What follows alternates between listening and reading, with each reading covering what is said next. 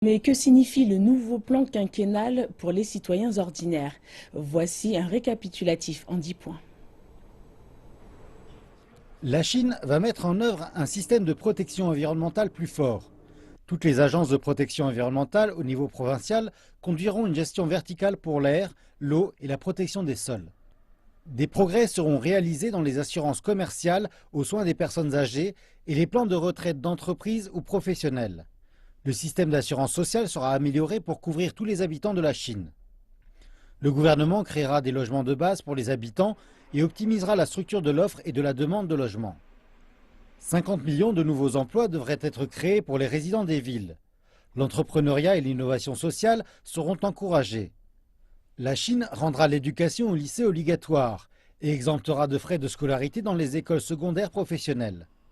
Le pays vise aussi à doubler son PIB de 2010 et son revenu par habitant à la fois dans les villes et dans les zones rurales d'ici à 2020. La Chine veut améliorer le niveau de vie des gens pauvres et dans les campagnes. Le système de santé intelligent promouvra les soins de santé s'appuyant sur Internet, les centres médicaux et les services médicaux éloignés. Par ailleurs, en ce qui concerne le taux de la population urbaine enregistrée, l'objectif est une augmentation de 45%.